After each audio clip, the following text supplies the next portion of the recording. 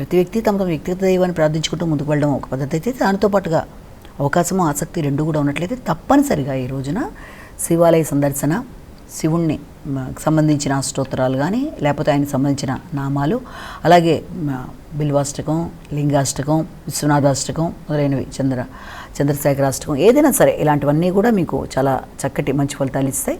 అలాగే శివాలయ సందర్శనకు కూడా అవకాశం ఉన్నట్లయితే దానికి కూడా వెళ్ళినట్లయితే అది కూడా మంచి ఫలితాన్ని ఇస్తుంది. వీటన్నిటినీ చేసుకోవడం బట్టి మీకు అననుకూలమైన పరిస్థితుల్ని అధిగమించడానికి, ధైర్య సాహసాలు పెరగడానికి, మానసిక ఆరోగ్యాన్ని కూడా పొందడానికి మొదలైన వాటికి కూడా ఆస్కారం ఉంటుంది. కాబట్టి అవకాశం ఉన్నట్లయితే ఇవి కూడా చేయొచ్చు.